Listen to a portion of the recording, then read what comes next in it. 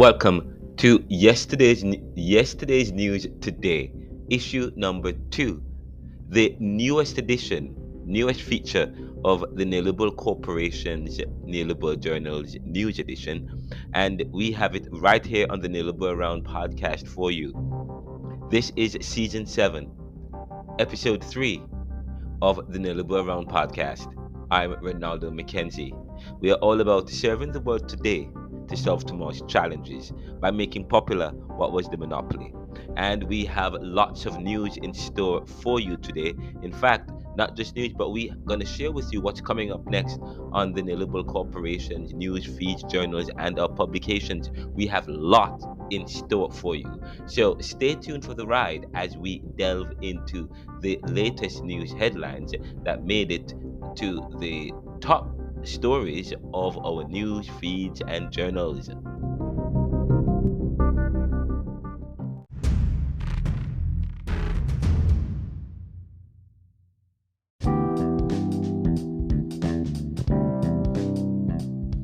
Now, these are the the top news stories of the weekend, July 25th to 31st, 2023. Our weekend is from July 25th, that's last week, I believe, from last week Friday up until about Monday.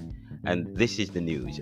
So, welcome to the NeoLiberal Journals and the NeoLiberal Round, yesterday's news today, where we provide a concise overview of the most significant news stories that shaped the weekend and have ongoing implications, from geopolitical developments to scientific breakthroughs, global challenges, and studies. Stay informed with our roundup of the top headlines.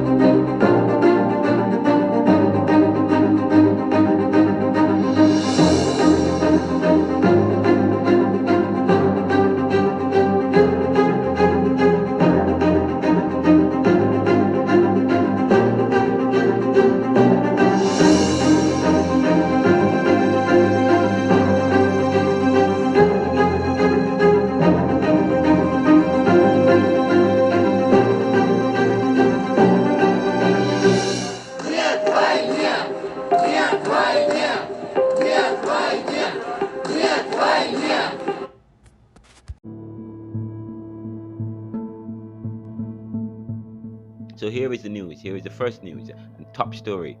1. The neoliberal commentary and the neoliberal journal reports of new evidence uncovered by special counsel intensifies case against Donald Trump. Lawsuits could shape the future of the presidency, and DeSantis expresses concerns. Now, recent news has revealed stunning developments in the legal battles surrounding former President Donald Trump, as special counsel Jack Smith uncovers new and crucial evidence that has significantly intensified the case against the former president. Now, this newfound evidence revolves around a top secret document or top secret documents that Trump previously boasted about on tape, raising the document's importance and leading to the filing of new charges against him. The story is entitled New Evidence Uncovered by Special Counsel Intensifies Case Against Donald Trump in the Neoliberal Commentary and the Neoliberal Journal, and we'll read a bit of it for you when we come back. But before we get into that, the second news that we're going to give you the rundown that made the top news stories first, and give you a little bit of background on those stories, and then we will come back and read all the headlines, get into them for you. But the second news story that made headlines is this in the neoliberal journals, entitled Economic News. Federal Reserve hikes interest rates amidst looming recession. The story is that the Federal Reserve has recently increased interest rates by 0.25 percentage points, moving it from 5.25 to now 5.5%, the highest levels in more than 22 years. However, economist at JP Morgan predicts a recession due to credit tightening from high interest rates, which benefits high yield savers and CD holders, the rich. And just so you know, that while the feds were announcing that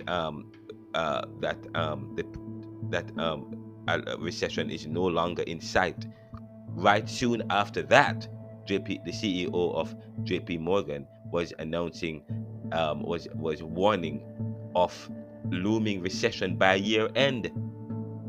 Not only that, mortgage demand has dropped and home prices have fallen. Jobless claims have fallen, while the euro currency is losing ground and is also headed for a recession. This story we will delve into, but it's entitled Economic News. Federal Reserve hikes interest rates amidst looming recession. That's available in the Neoliberal Corporation's The Neoliberal Journal at theneoliberal.com. The previous story is in the Neoliberal Commentary and the Neoliberal Journal.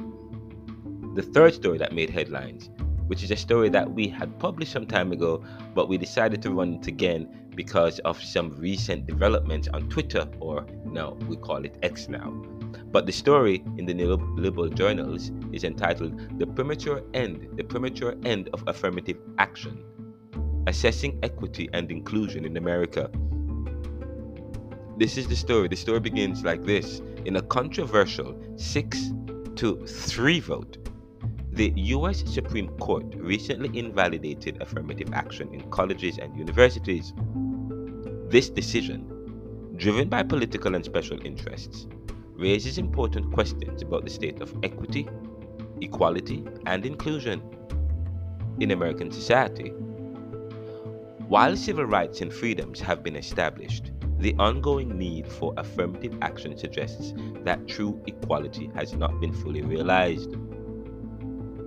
The article examines the significance of affirmative action, its purpose as a stepping stone towards inclusion and diversity, and the persisting reason for its necessity in contemporary America. The story, entitled The Premature End of Affirmative Action, Assessing Equity and Inclusion in America. And I said to you, there has been some updates, which is why we decided to rerun it and put it in yesterday's news today in number 3, because and this is absolutely funny. I tweeted in response to a promoted tweet by America First Legal, and their tweet was, they have a promoted tweet with millions of viewers. It said this: the Supreme Court just ruled that racial preferences, that is affirmative action, racial preferences, i.e. affirmative action, violate the Constitution, in bold. If you are a victim of racist policies at a university, corporation, or workplace, contact us at, and they put their information and their phone number where you can contact them. We won't spell it out here, but I responded to that particular posting saying, this is absolutely funny. Affirmative action was created to prevent discrimination against Black people or people of color who were being denied access, and to promote and protect equality, which is a very important spirit of the Constitution. Now that the Supreme Court got rid of it, white people created, and might I say, I don't mean it in a discriminatory way. When I say white people, the privileged or some white people created an opportunity that they already had. Again, let me say this again.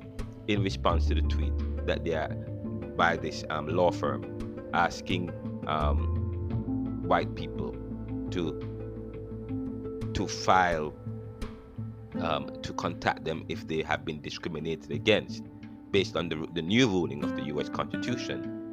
I am saying, I said in a tweet that it is absolutely funny, because affirmative action was created to prevent discrimination against Black people who were being denied access, and so to promote and to protect equality. Now that the Supreme Court got rid of it, some people, white people, the privileged, a few white people, create an opportunity that they already had in response to the Supreme Court ruling. and we I think I already had a podcast on this particular story, so I won't get into that. You can visit the tweet at Ronaldo McKenzie or the story in yesterday's news today at theneoliberal.com. The fourth story that made top news was a story emanating um, from Twitter. You know, Ronaldo McKenzie's Twitter, my Twitter page. You can visit Ronaldo McKenzie's Twitter page because I probably sometimes post things on there which I don't mention here on the podcast, or may have time to put up on the feeds on our journals. But but I asked the question: who is the original owner of the handle X? Who is the original owner of the handle X? Because Twitter is now X. But where did they get that? Somebody said somebody else had that handle X. Now CNBC interviewed the original handle X owner, and we're going to reveal his name for you right after we lift up for you the fifth news headlines, the fifth story that made headlines, which is available in yesterday's News Today issue number 2. In the NeoLiberal post at ronaldocmckenzie.com, the story is entitled "The Euro at the Crossroads: Challenges and Uncertainties Amid Economic Headwinds." Now, according to the story in the post, the European currency, the euro, has encountered a series of formidable challenges in recent times, leading to a loss of ground against major currencies. Primarily, concerns surrounding the region's economic prospects and the ripple effects of the global interest rate hike have contributed to the currency's current predicament. As the European Central Bank, the ECB, strives to strengthen the economy, uncertainty looms, with some analysts even speculating about the possibility of an impending recession. This story is entitled "The Euro at the Crossroads: Challenges and Uncertainties Amid Economic Headwinds" in the NeoLiberal post at ronaldocmckenzie.com. And just so you know, the UK is no longer part of the European Union, and so I don't know if that is also affecting the euro and the economic viability. They relied heavily on the UK as well, and of course what's going on in the Ukraine-Russia war. We'll delve into those in that story when we come back. But before we do that, the sixth top headlines, the top headline that made news in yesterday's News Today issue number 2, which we had broadcasted recently, some time ago, I think a couple of days ago, in the NeoLiberal post entitled "Embracing Diversity: Exploring Caribbean Theology and Its Cultural Roots." It's also available on the podcast, the most recent podcast that we did on the NeoLiberal Round podcast, in audio and also in video on our Spotify and YouTube platforms. You can check it out there, but we also wrote an article about it in the post entitled "Embracing Diversity: Exploring Caribbean Theology and Its Cultural Roots." And the NeoLiberal Round series of the Caribbean Theology lecture series ended on a high note, which was episode 2 of season 7, which was a lecture. The lecture provided a review of some essential aspects and prepared the students for the upcoming examination. Let's begin the review. Caribbean theology, as we have explored, involves the study and contemplation of divine and religious beliefs within the context of the Caribbean region. With its diverse cultures and histories, it is important to recognize that Caribbean theology encompasses more than just African ancestry. We also find influences from various other cultures, such as East India, Chinese, and indigenous communities. Understanding this diversity enriches our perspective. And of course, that's available also in YouTube on how to approach the Caribbean Theology exam, reviewing Caribbean Theology, the final class. And the seventh and last headline that made the top news in yesterday's News Today issue number 2, which is a story that was just published by us here at the NeoLiberal Corporation yesterday, is entitled "Clark County Teachers Threaten Work Stoppage and Pay Raise Dispute." Again, Clark County teachers threaten work stoppage and amid pay raise dispute. Now, the story is this.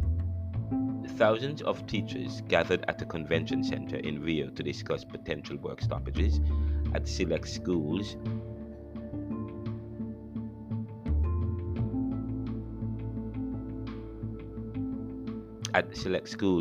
for pay raise demands remain unmet, but if pay raise demands are not met by August 17th. Again, thousands of teachers gathered at the convention center in Rio to discuss potential work stoppages at select schools if pay raise demands are unmet by August 17th. The story starts like this. From UPS to Amazon and now teachers, workers demanding more pay is on the rise as the Feds announce an increase in interest rates and economists warn of a recession by year end. As the economy becomes less liquid, it is no wonder that even teachers in Clark and other counties in Nevada are demanding pay raises. However, proficiency is at an all-time low. Some of what is due to COVID, where classroom education was disrupted and homeschooling became the norm. Nevertheless, teachers in Nevada district are asking for a pay raise which may affect the start of the school year. While some remain confident that a decision will be made by the district, given a recent approval of $250 million by the governor in the state budget, which was set aside for education, state officials such as Assemblyman Ruben De Silva, Nevada Assemblyman representing East Las Vegas, whom we spoke with at the NeoLiberal about the matter, said that, and I quote, "No deal in sight yet.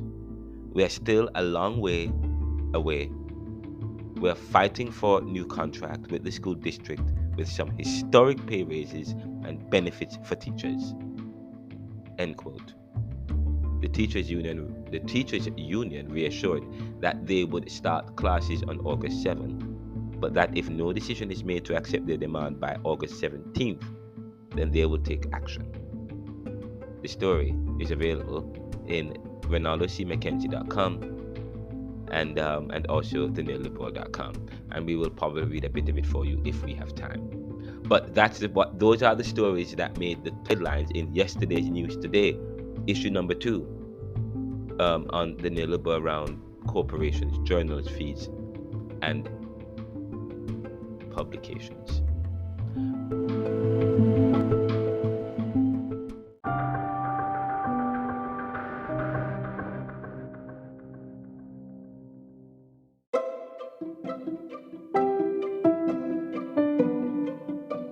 Now, before we get into those news in the singularly, before we get into them, because we're going to revisit them in a second, but before we get into them, there's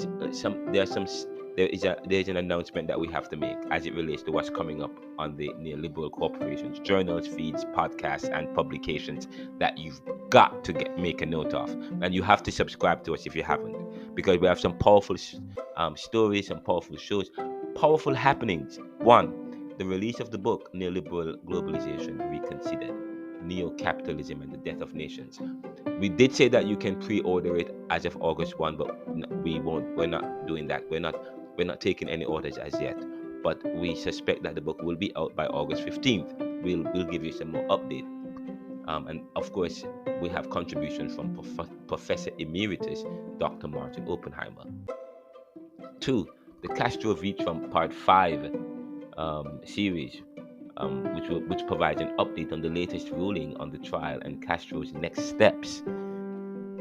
Number 3, the making of the audiobook. We're gonna make. Not only are we gonna have the book in audio and ebook and paperback, but the new book will be available in audio, and we are going to be going backstage and show you the making of that, and we're going to preview some of it for you on the podcast. 4th, Street Vibes is going to be back again, and it's going to be entitled, it's going to be bigger, better, and we're going to have video. It's entitled, "What's It Like Living in Your City?"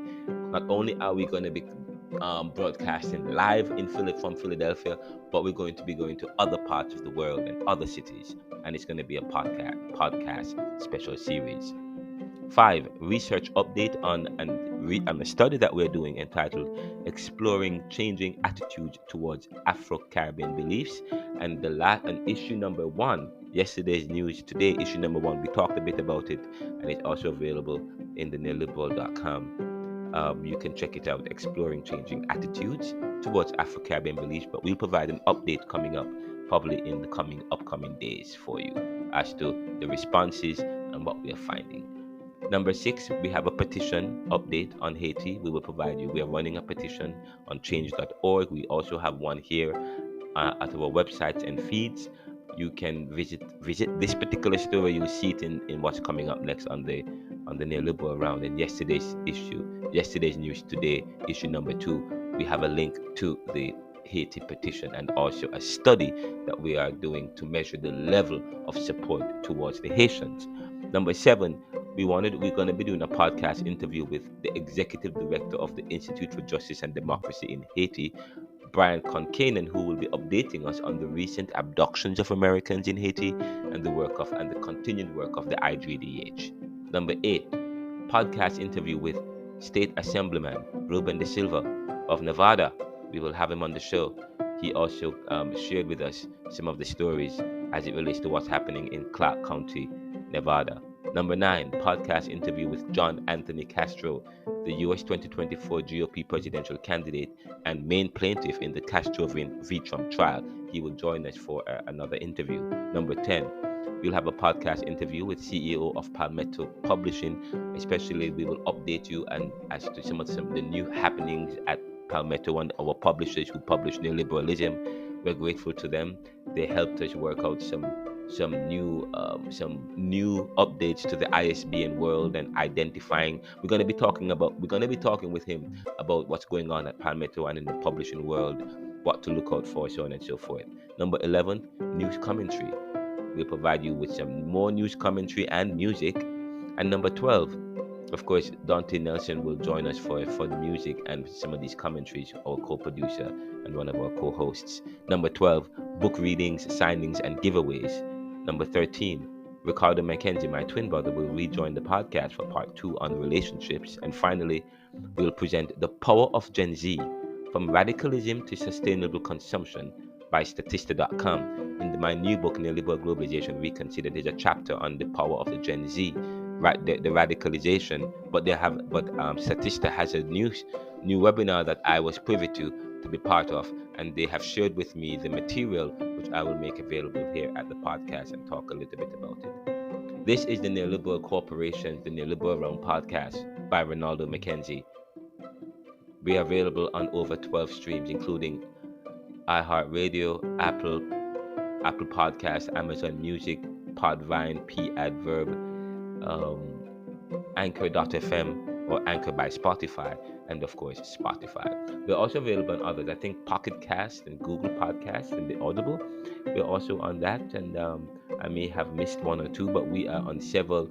And recently I checked, we are also on IMDb, and of course our channel on YouTube by Ronaldo McKenzie. Visit us and visit this particular story, this particular article, yesterday's news today, issue number 2, which is available in the neoliberal.com journals, entitled Yesterday's News Today, number 2.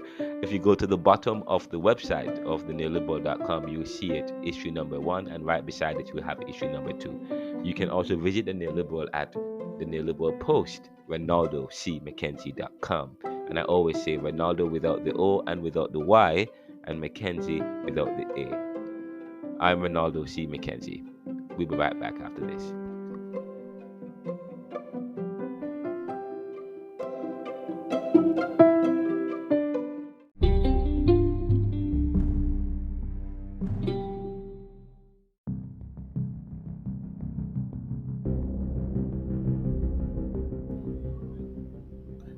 Now to the stories. First story. New evidence uncovered by special counsel intensifies case against Donald Trump. Recent news has revealed stunning developments in the legal battles surrounding former President Donald Trump, as special counsel Jack Smith uncovers new and crucial evidence that has significantly intensified the case against the former president. This newfound evidence revolves around the top secret document that Trump previously boasted about on tape, raising the document's importance and leading to the filing of new charges against him. In February, revelations thrusted the special counsel Jack Smith into the spotlight as he finds himself entangled in at least 8 clandestine court battles. These secretive legal proceedings delve into the actions of former President Donald Trump after the 2020 elections, with a particular focus on his handling of classified information. The implications of these legal disputes are far reaching, as they do not only involve a potential 2024 presidential candidate, but also have the potential to reshape the very foundations of presidential authority, separation of powers, and attorney client confidentiality. There has been a recent development in the case against former President Donald Trump. Jack Smith, the special counsel, has recently uncovered new evidence that has made a top secret document that Trump boasted about on tape even more important. 1. This new evidence has led to new charges being filed against Trump. Trump has reacted to these new charges by attacking both Jack Smith and President Joe Biden with name calling and baseless accusations.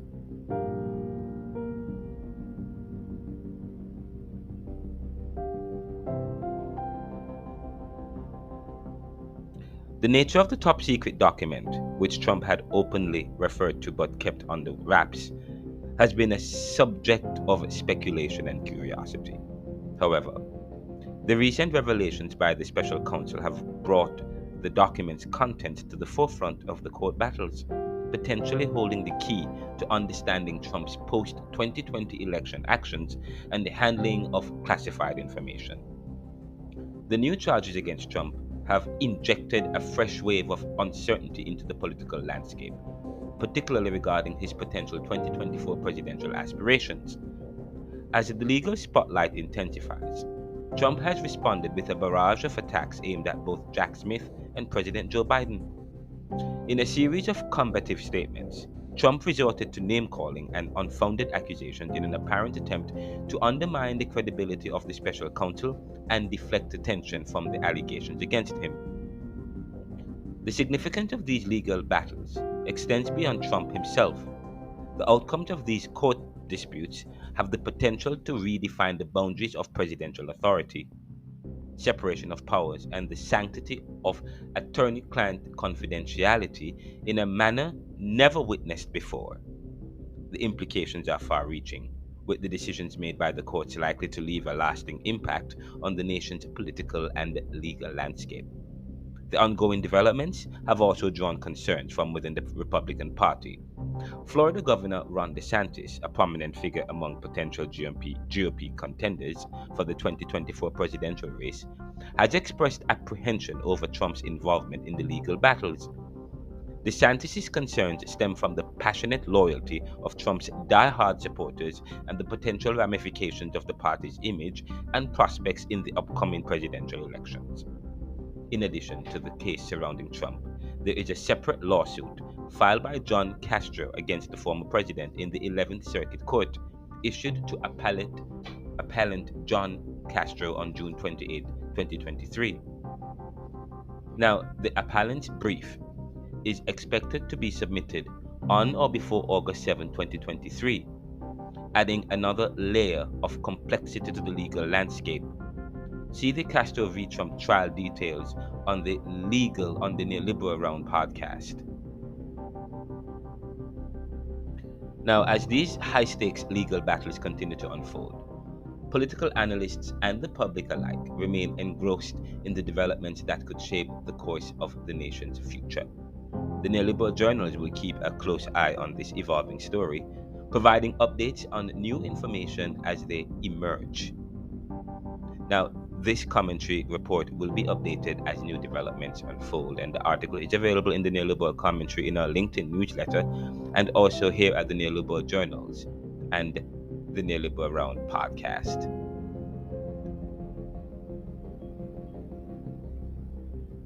And now to the second news story and the news headlines that made it to yesterday's news today.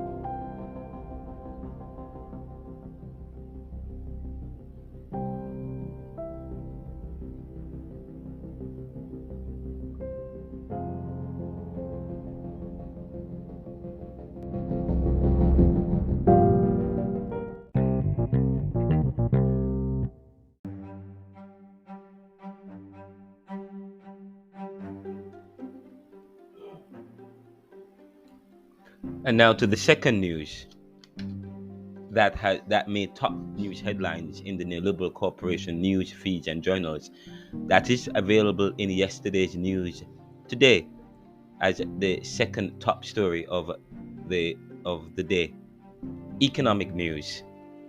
Federal Reserve hikes interest rates amidst looming recession. Again, it's economic news entitled "Federal Reserve hikes interest rates." The Federal Reserve hikes interest rates amidst looming recession. The Federal Reserve has recently increased interest rates by 0.2.5 percentage points, from 5.25 to 5.5%, representing the highest levels in more than 22 years. However, economists at JP Morgan predict a recession due to credit tightening from high interest rates, which benefits high-yield savers and CD holders. Mortgage demand has dropped, and home prices have fallen. Jobless claims have fallen, while the euro currency is losing ground and is also headed for a recession. Here are the details.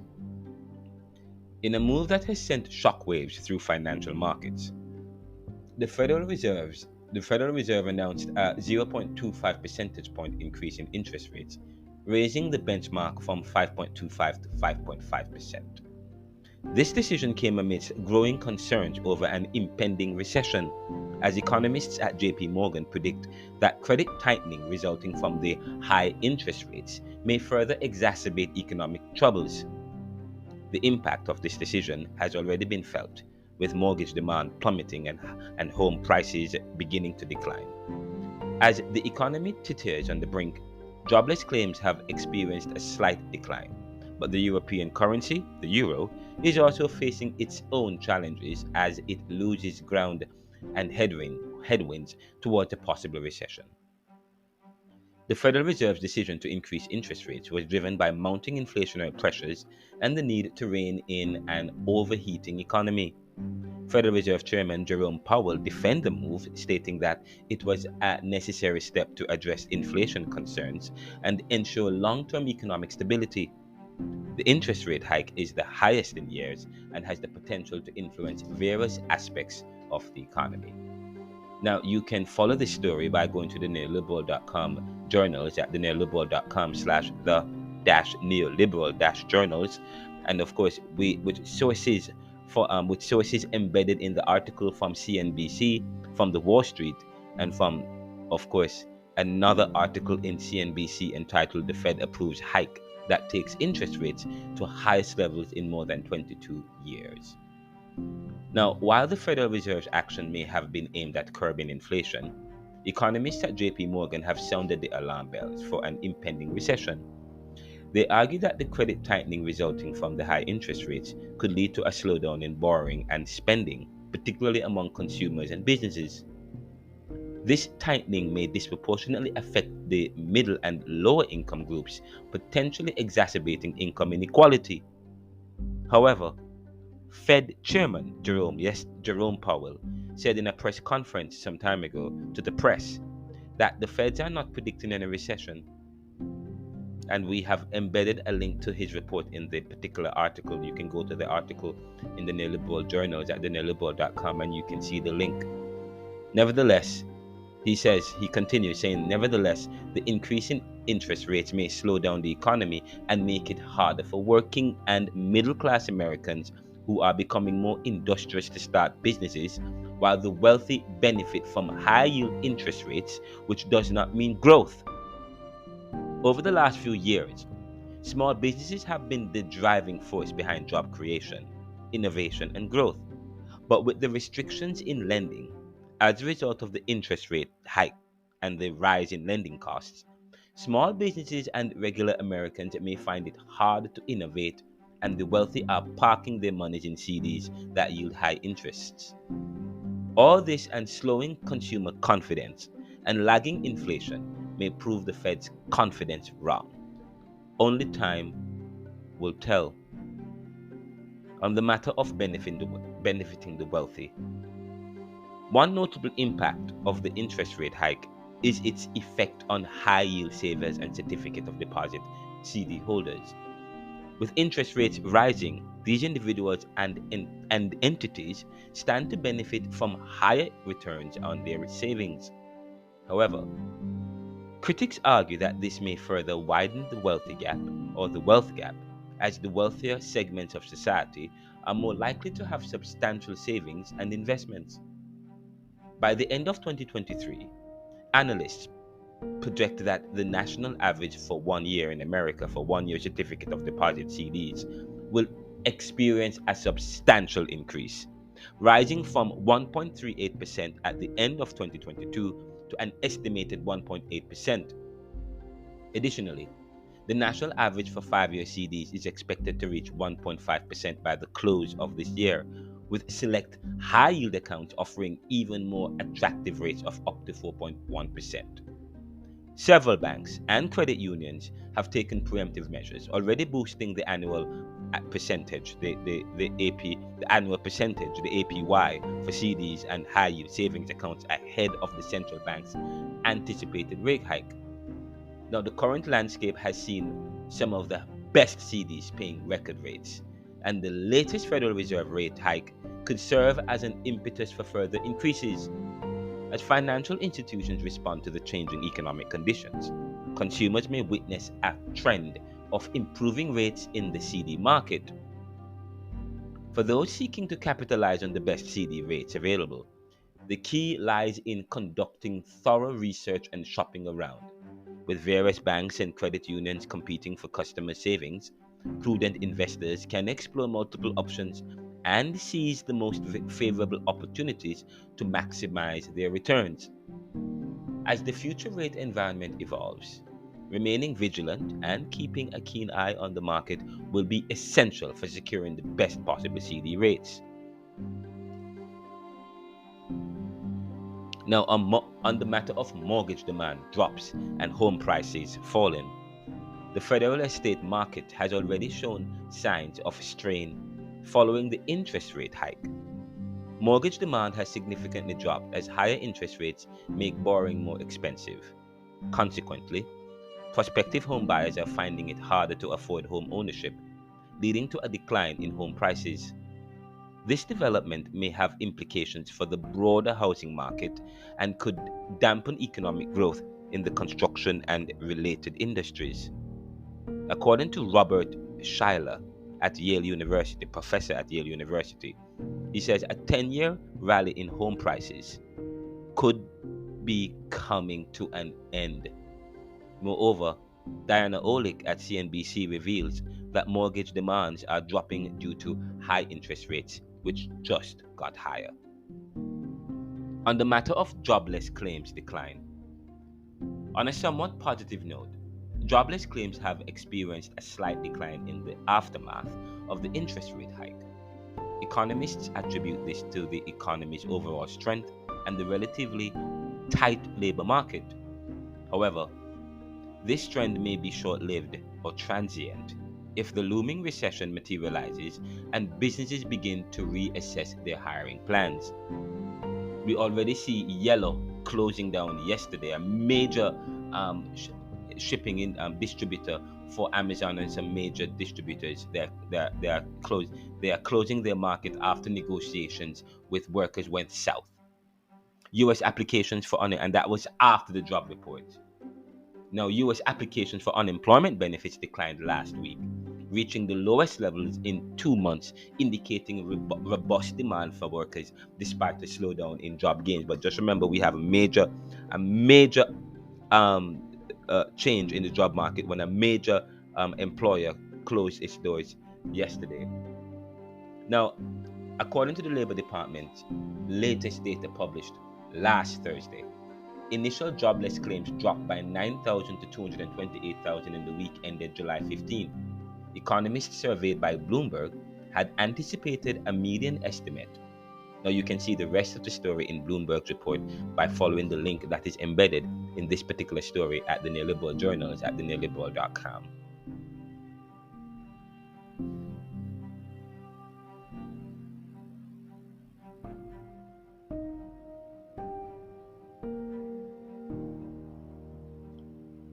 Now, there's another story that is available in the NeoLiberal Post entitled "The Euro at a Crossroads: Challenges and Uncertainties Amid Economic Headwinds." This is available in the economic news at the neoliberal.com, but it's also available as a standalone news in the NeoLiberal Post at ronaldocmckenzie.com. Now, according to the story, the European currency, the euro, has encountered a series of formidable challenges in recent times, leading to a loss of ground against major currencies. And this is coupled with the economic news. Now, primarily, concerns surrounding the region's economic prospects and the ripple effects of the global interest rate hike have contributed to the currency's current predicament. As the ECB, the European Central Bank, strives to strengthen the economy, uncertainty looms. As the ECB strives to strengthen the economy, uncertainty looms, with some analysts even speculating about the possibility of an impending recession. On the matter of economic prospects and global interest rate hike, one of the primary drivers impacting the euro's performance is the uncertainty surrounding the region's economic outlook. The European economy has been navigating through a labyrinth of challenges, ranging from sluggish growth rates and trade disruptions to lingering effects of the COVID-19 pandemic. Investors and markets have become wary of the economic recovery's sustainability, causing a decrease in confidence in the euro. Adding to these concerns is the global interest rate hike initiated by major economies outside of Europe, which we just mentioned, the US. As interest rates rise in other parts of the world, including here in the US, investors may seek higher returns elsewhere, leading to a decline in demand for euro-dominated assets and contributing to the euro's depreciation. ECB's efforts and uncertainty. What are their efforts and what is the uncertainty? Now, to counter the economic headwinds, the ECB has taken several measures to bolster the European economy. These include expansionary monetary policies such as quantitative easing and ultra-low interest rates. While these actions are aimed at stimulating economic growth and boosting inflation, they have also generated uncertainty among investors and market participants.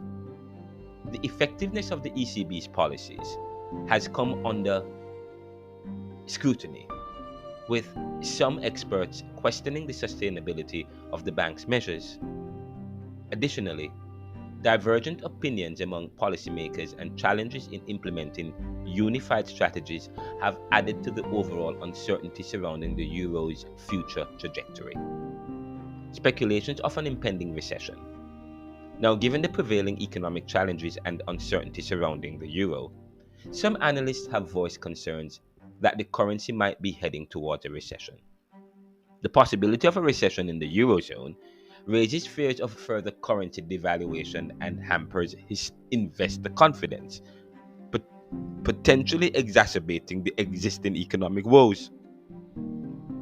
The euro faces an array of challenges rooted in economic uncertainties and global financial conditions.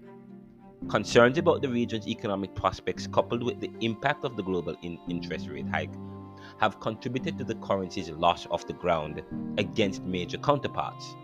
The European Central Bank's efforts to bolster the economy, while commendable, have also been met with uncertainty. As the euro navigates these headwinds, it is essential for policymakers and stakeholders to collaboratively address the underlying issues to restore stability and confidence in the European currency. You can follow the story in the Financial Times, and you can get these and other links in the story here at the NeoLiberal Journals at theneoliberal.com or ronaldocmckenzie.com. Now, in closing on this particular story, the economic news for July 27, 2023 has been dominated by the Federal Reserve's decision to increase interest rates amid growing fears of an impending recession. Economists at JP Morgan's warning of credit tightening and its impact on the economy has sparked concern among investors and businesses. While high-yield savers and CD holders may benefit from the rate hike, the overall economic implications are far-reaching, leading to a drop in mortgage demand and home prices, as well as potential repercussions for the labor market. Furthermore, the euro's decline, and the looming possibility of a recession in Europe add to the global economic uncertainty. As governments and financial institutions brace for the storm, the world waits to see how these economic events will unfold in the coming months. Of course, you can check the references and sources by going to this particular story in the NeoLiberal Journals at theneoliberal.com and the NeoLiberal Post at ronaldocmckenzie.com.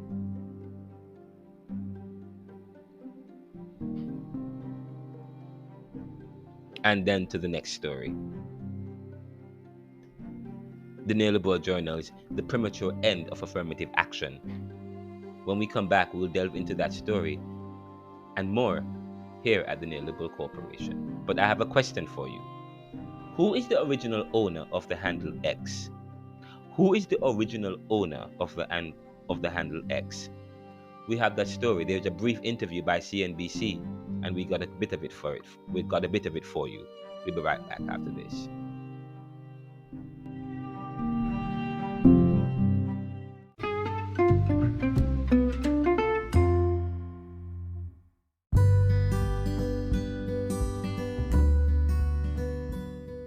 Is officially a thing of the past, at least as a company. The former Twitter handle is now X. But now without some roadblocks. The coveted X handle was actually held by somebody else for 16 years. And if you're wondering whether Elon Musk or the company bought the handle from the holder, they did not. Instead, the company informed the current user via email that his handle would be changed due to its affiliation with the new parent company. As a result, he will, quote, be provided with a selection of X merchandise and an exclusive visit to X's HQ. Now, we have reached out to X for comment, but have not received a response. Joining us now for more is the owner of that original X handle. He's the co-founder of event photography company Orange Photography, Gene X. Well, Gene, thank you for coming on CNBC. Did they really just, snatch it from you? Yeah, I got the email. That was about the extent of the outreach. So just got the email, and they kind of said that they owned it as a part of the company. So that was all I got, which was really something I suspected might be the case. So I wasn't overly surprised about it. You don't even sound that angry about it. I'd be looking for some cash, Gene. Well, I was thinking there's a possibility of that, right? So I kind of was thinking, what would be fair. But obviously, I didn't really know the best way to reach out to them, so I was letting them reach out to me. And then, I just got kind of the automated, it wasn't automated, but it just came from support@twitter.com email saying, I think what you just showed it on the screen. So I did reply back, and I think I haven't heard back yet, but I hopefully we'll hear something shortly. So we'll see what happens. But so far, it's just those things. Well, I want to know what your new handle is now, by the way. But were you a pretty active user on Twitter? Because I do know if there's a period where, that you don't do anything, they could say, oh, you're inactive.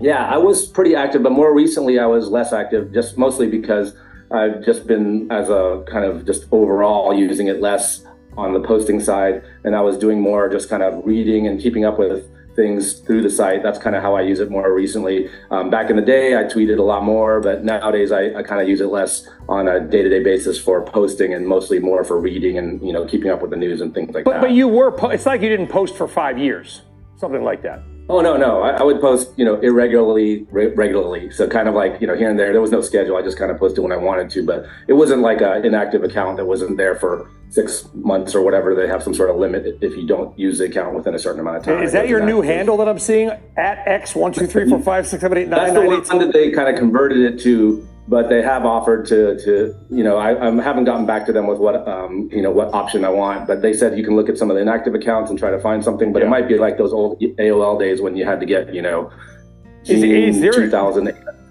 Is there an at Gene X Wong on Twitter? I mean, a lot of people have X as their middle initial. I haven't actually checked that. Yeah, yes it is. I haven't checked for that. I've been a little too lazy and busy with just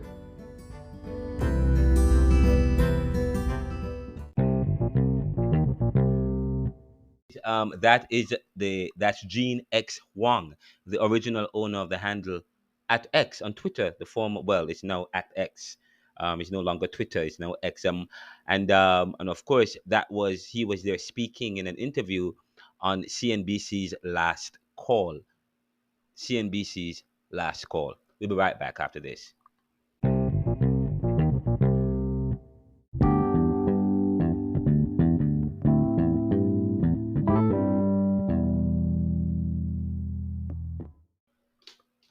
Onto another story or event that made the top news in the neoliberal corporation's news journals and feeds. Then that's available in issue number 2 of yesterday's news today, which is worth sharing, is the neoliberal posts, the embracing diversity, exploring Caribbean theology and its cultural roots. The neoliberal round series on the Caribbean theology lecture series ended on a high note. The lecture provided a review of some essential aspects and prepare for the upcoming examinations. Let's begin the review.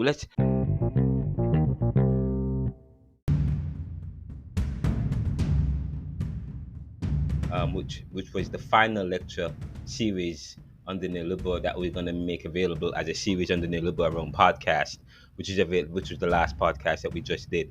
So we won't have any more lecture series on Caribbean theology or Caribbean thought per se.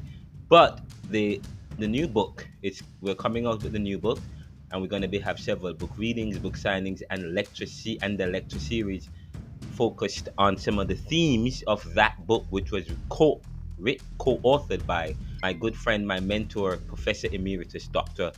Martin Oppenheimer. And but just to put the particular lecture into perspective, and based on the article that if I could find the article that we were just reading from, that was submitted by Johan on embracing diversity. I'll pull it up here. It's available in the Neoliberal Post at ronaldocmckenzie.com, entitled Embracing Diversity, Exploring Caribbean Theology and Its Cultural Roots. And of course, in the lecture, Ronaldo reviews some essential aspects, which is Ronaldo, yours truly. I'm speaking to myself in the third person and preparing for the upcoming examination. Let's begin the review. So in the lecture, Ronaldo begins by defining Caribbean theology. And he says, as we have explored, involves the study and contemplation of divine religious beliefs within the context of the Caribbean region with its diverse cultures and histories. He said that it is important to recognize that Caribbean theology encompasses more than just African ancestry. We also find influences from various other cultures, such as Eastern India, Chinese indigenous communities, and understanding this diversity enriches our perspectives. One of the key goals of Caribbean theology, he goes on, is to encourage and reclaim cultural identity. By integrating elements of African and Caribbean spirituality, he says, we can connect or reconnect with our indigenous beliefs and practices that were marginalized during the colonial era. He goes on to say that this process fosters a sense of pride and self-determination among Caribbean communities and challenges the dominance of Eurocentrism in theological discourse. Quite powerful. He goes on to say that Black liberation theology, which emerges as a response to racial oppression in the United States, has also influenced Caribbean theology. The movement of the United Negro Improvement Association (UNIA) and the rise of Rastafari during the Great Depression had significant impacts on the development of Caribbean theology. He said that these interconnected movements of the global South and North show the symbiotic relationship between oppressed communities worldwide. He went on to say that critical thinking plays a crucial role in Caribbean theology, enabling us to analyze, evaluate, and synthesize information and ideas objectively. Through critical thinking, we can better understand history and its interpretation, acknowledging the various influences that have shaped our theological perspectives. He said that as we approach the examination, I encourage you to focus on the themes we discuss in class. You'll be asked to answer 2 questions out of selections of 7.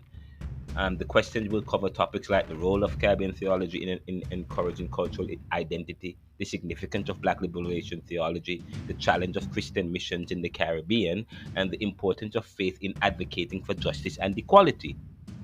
He's, he ended that particular section by saying Caribbean theology is not just an academic exercise, but a means to empower ourselves and our communities, and gave a challenge, saying, as if he were preaching, let us continue our exploration and interpretation of religious concepts, beliefs, and practices, keeping in mind the rich tapestry of our Caribbean heritage.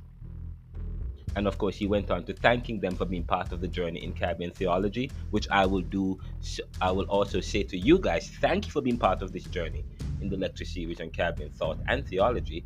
And he wished all the best in their examinations and beyond. The students did sit an exam for the course and for the lecture, um, and um, and so we hope that they will do well in their examinations. Now, there he continues in the lecture. The article is pretty lengthy, and he asks several questions. Say, for example, how does theology encourage and reclaim cultural identity, and so on and so forth. But he ended on a high note.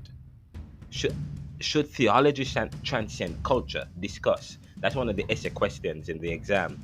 But he answered the question and submitted a most powerful lecture. Should theology transcend culture? And I'm going to allow you guys to read the article in the Neoliberal Post reviewing Caribbean theology. But towards the end, let me begin just the beginning. He says the question of whether theology should transcend culture is complex and multifaceted.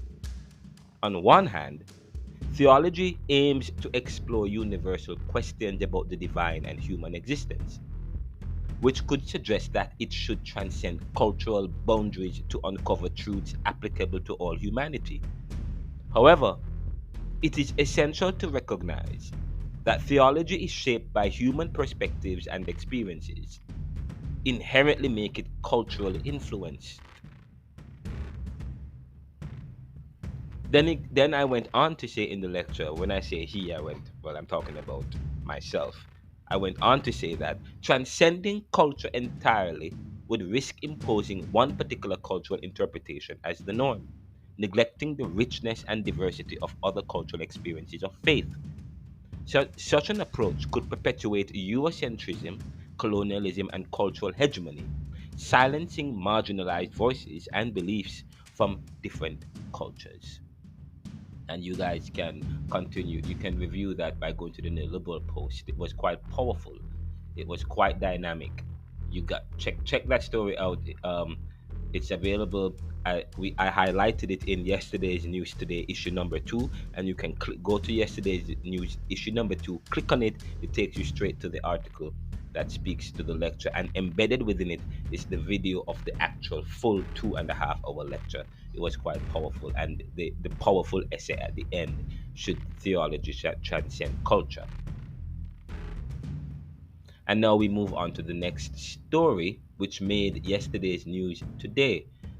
It was entitled "The Neoliberal Post and Comment." It's in the Neoliberal Post and the Neoliberal Commentary in LinkedIn, entitled "Clark County Teachers Threaten Work Stoppages Amid Pay Raise Disputes."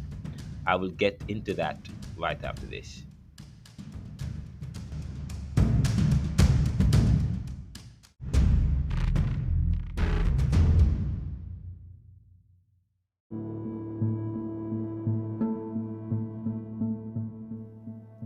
And now to the final and most recent story that made the headlines in yesterday's news today, issue number 2.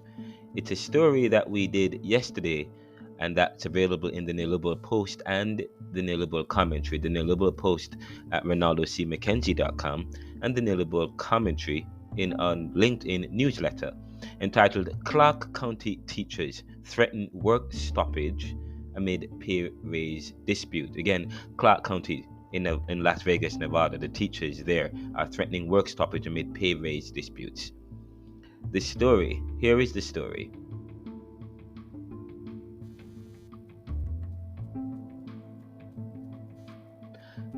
Thousands of teachers gathered at a convention center in Rio to discuss potential work stoppages at select schools if pay raise demands remain unmet by August 26th. It's supposed to be, the article says August 26th, it's supposed to be August 17th, 16th, and or 17th. It begins.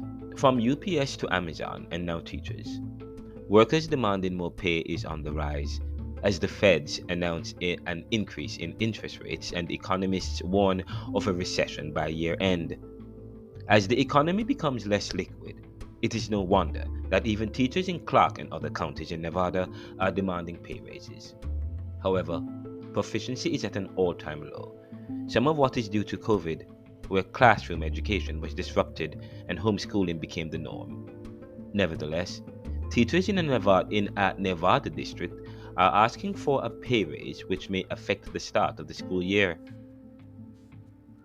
While some remain confident that the decision will be made by the district given a recent approval of $250 million by the governor in the state budget, which was set aside for education, state officials such as Assemblyman Ruben De Silva of Nevada, of the East Las Vegas District, AD 28, whom we spoke with at the NeoLiberal about the matter, said that no deal, and I quote, "no deal in sight yet.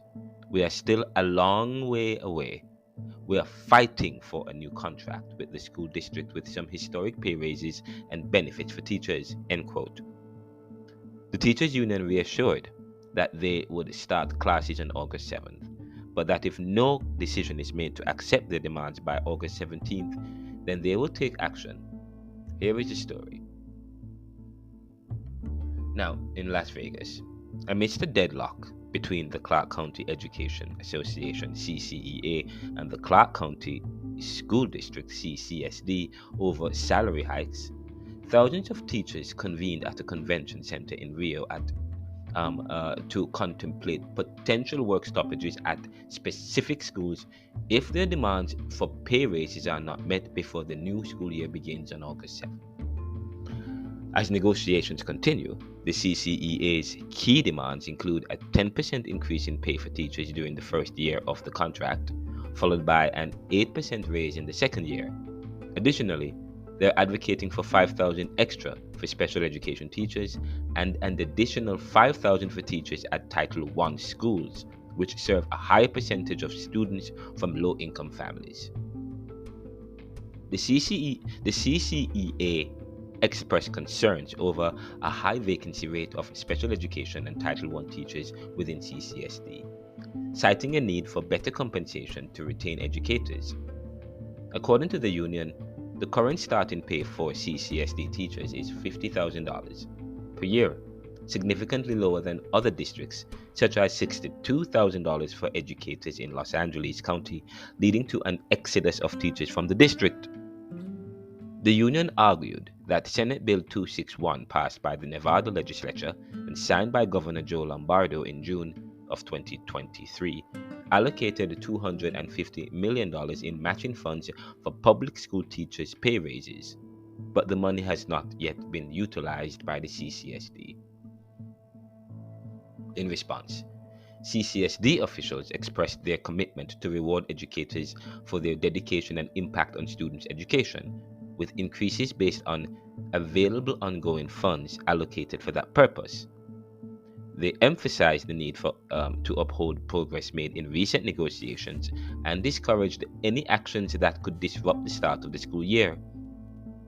The potential work stoppages would not be district-wide, but would begin at schools within select districts represented by the Clark County School Board, particularly District C, chaired by Evelyn Garcia Morales. The CCEA stated that the decisions regarding work actions were made with a heavy heart and that teachers would still be present for the first day of school. Now, during the press conference, teachers emphasized the urgency of addressing their demands, given the crisis level teacher vacancy rate and the impact of low pay on education and their families. The CCEA aims to resolve the impasse in the negotiations and achieve a settlement that meets their proposals, which they estimate to be approximately $480 million apart from one district's current offer. As the negotiations are set to continue on August 17th and 18th, or August 16th and 17th, the fate of the upcoming school year in Clark County remains uncertain. Teachers hope for a resolution that recognizes their invaluable contributions to students' academic success and adequately compensates them for their efforts. Teachers, who are instrumental in shaping young minds, express deep frustration and concern over their current financial struggles. Many have considered leaving the education field for higher paying opportunities in other sectors. Now, with the threat of a potential work stoppage or work actions on August 17th or 18th, whichever the case is, the situation has escalated, making it clear that teachers are determined to fight for what they believe they deserve. The CCSD maintains its commitment to compensate teachers using available funds, but the gap between the two parties remains significant. As negotiations continue, it is essential for both parties to come to a resolution that prioritizes the welfare of students and acknowledges the invaluable contributions teachers make to society. The future of education in Clark County hinges on finding common ground and providing educators with the support they need to thrive professionally and financially. And you can visit the NeoLiberal Journals for this article, which provide references and sources, which is available. Some of the references provided are from the Review Journal, the NBC3 News, KLAS 8 CBS NewsHour, ABC KTNV, and of course, there's also the NeoLiberal Corporation Research News Team and contributions from State Representative Ruben De Silva, who spoke with us about this particular matter and shared the information and some news insights with us. Stay tuned to the NeoLiberal Corporation. We are all about making popular what was the monopoly as we serve the world today to solve tomorrow's challenges. And we have sources on the grounds. We have insiders that make us close to the news and make us credible and reputable. Subscribe to the NeoLiberal Journals, feeds, to the NeoLiberal Corporation Moral Magazine at theneoliberal.com, to the NeoLiberal Post at RonaldoCMcKenzie.com, and of course, subscribe to the podcast show on any stream and donate to us by going to anchor.fm/theneoliberal/support. Again, anchor.fm/theneoliberal/support. And just remember that we have several upcoming events, several upcoming powerful news stories, the launch of the book Neoliberal Globalization Reconsidered, New Capitalism and the Death of Nations. Subscribe, support us, donate to us. We need your support so that we can continue to grow and to develop. This is the NeoLiberal Corporation, brought to you, the NeoLiberal Round by Ronaldo McKenzie, brought to you by the NeoLiberal Corporation. Our co-producer, we want to give him a shout out to Mr. Dante T. Nelson, who is one of our managers and co-producers of the show here at the NeoLiberal Round. We also want to thank all those who continue to contribute to make this show what it is. What good.